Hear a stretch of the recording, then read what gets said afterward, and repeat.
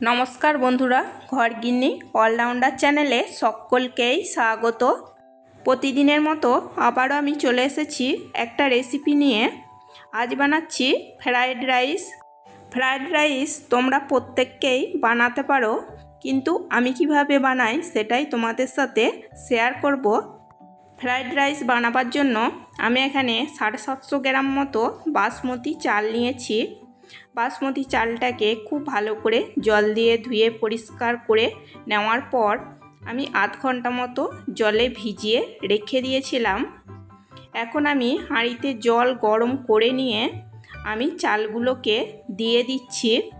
বাসমতি চাল দিয়ে দেওয়ার পর দিয়ে দিলাম 2 চামচ মতো সাদা তেল, গোটা গরম মশলা, পোলাও পাতা আর দিয়ে দিলাম টেস্ট অনুযায়ী নুন। খুব ভালো করে খুন্তি দিয়ে নাড়াচাড়া করে নিয়ে ঢাকা দিয়ে নেওয়ার পর আমি 10 মিনিট মতো চালটাকে সেদ্ধ করে নিয়েছি। চালটা আমার সেদ্ধ হয়ে গেছে। এখন আমি এই ভাতটা থেকে মাড় ঝরিয়ে নিয়েছি। মাড় ঝরিয়ে নেওয়ার পর একটা পাত্রের মধ্যে ঢেলে নিয়েছি একটুখানি ঠান্ডা করে নেওয়ার জন্য।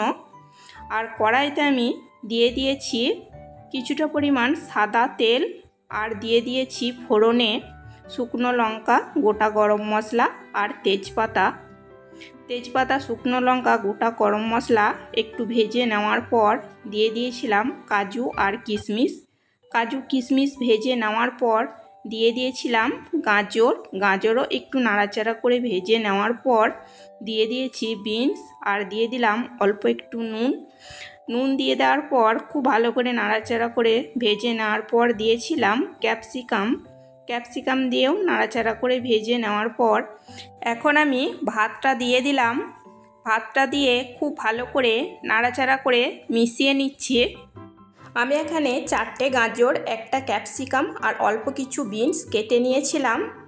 আর এখন দিয়ে দিচ্ছি হাফ কাপ মতো চিনি পাউডার। আমি এখানে হাফ কাপ মতো চিনি পাউডার দিয়েছি মিষ্টির জন্য। তোমরা কিন্তু তোমাদের পছন্দ মতো মিষ্টি দিয়ে নিতে পারো। চিনির পাউডার দেওয়ার পর খুব ভালো করে নাড়াচাড়া করে মিশিয়ে নিয়েছি এবং গ্যাসের ফ্লেমটা লোতে রেখে 3-4 মিনিটের জন্য ঢাকা দিয়ে নিয়েছি। এখন দিয়ে দিচ্ছি 2 চামচ মতো ঘি দেওয়ার পরও খুব ভালো করে ফ্রাইড রাইসের সাথে মিশিয়ে নেব। দেখো তৈরি হয়ে গেছে খুব সহজভাবে একদম ঝরঝরে ফ্রাইড রাইস।